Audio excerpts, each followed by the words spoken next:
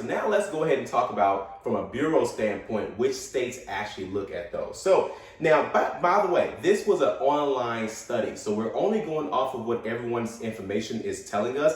But don't worry, and most of this information is accurate, because essentially we only know if people's if they're living in different states, and that's the pattern that we're starting to see. And this has been confirmed by Forbes.com. So let's go straight into it. Let's go into talk about Experian. So these are the states that use Experian. That's going to be Nevada, South Carolina, California, Florida, Kentucky, New Hampshire, Pennsylvania, Texas, Connecticut, Hawaii, Louisiana, Massachusetts, Missouri, Montana, New Mexico, Colorado, New Jersey, New York, North Carolina, Utah, and Wisconsin. Next would be primarily Equifax that they're going to be looking at before they give you a decision on their credit card. That's going to be Idaho, Arizona, Maryland, Tennessee, Washington, and Virginia. Next is going to be TransUnion, all right? So these states usually get their TransUnion pulled if you're applying for a Chase Bank credit card.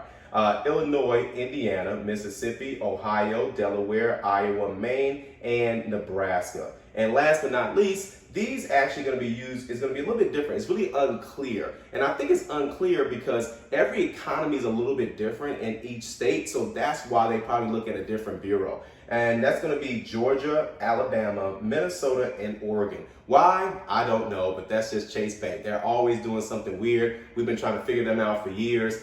Even having this video is crazy because no one even spends that amount of time trying to study what a bank is looking at with a credit card, okay? So if you like this video, like it. You want to share it. And as always, be sure to subscribe as we have nothing but great content on the way. Thank you guys so much. Have a great day.